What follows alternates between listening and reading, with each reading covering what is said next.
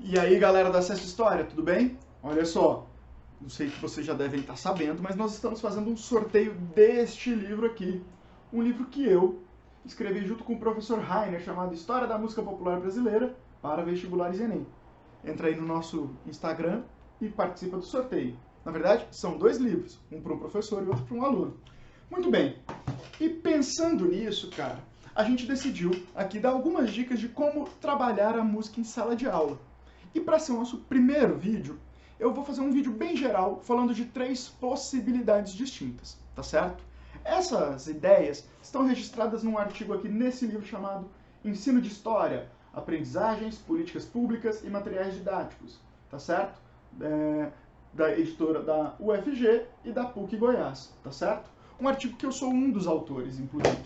Muito bem, praticamente nesse artigo a gente defende o seguinte, que existem no mínimo 3 modelos de canções que podem ser usadas numa aula de história. E quais tipos são essas? Primeiro tipo de canção, aquelas canções que falam de um passado. É como se o músico, o letrista, o cantor estivessem falando de um tempo que eles não viveram, mas que eles gostariam de lembrar. Existem vários exemplos, e eu sei que o primeiro exemplo que você pensou foi Mulheres de Atenas, do Chico Buarque.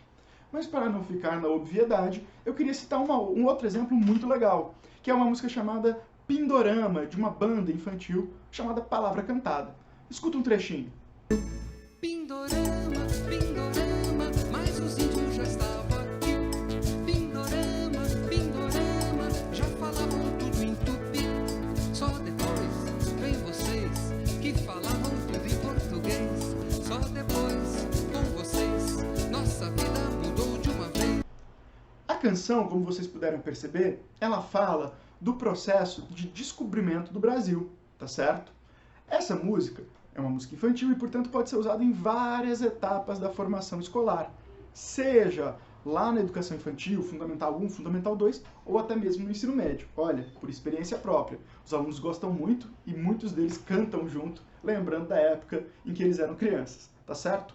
Um segundo exemplo são aquelas canções que falam do passado, que falam do tempo em que se vive, mas essa relação com o tempo é bastante explícita, é bastante evidente. É como se o artista, os artistas envolvidos na produção da canção, estivessem falando daquilo que eles estão vivendo no momento histórico em que produziram, tá certo?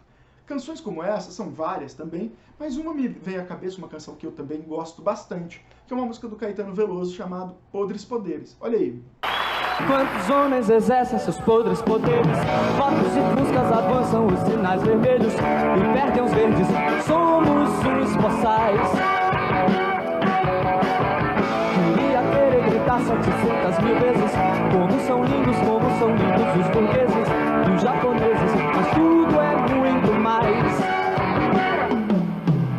Será que nunca faremos se não confirmar a incompetência da América Católica?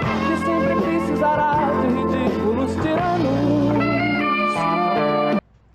Em Podres Poderes, Caetano Veloso comenta o processo de abertura, ali no final da ditadura militar, e o processo de redemocratização do Brasil, e todos os impasses e problemas que isso representavam ali na metade dos anos 80. Tá certo?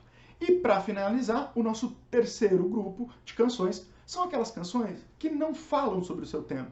Elas não estão preocupadas com isso, mas que de maneira meio que subliminar, de maneira não muito evidente, acabam comentando o seu tempo, o seu período, tá certo?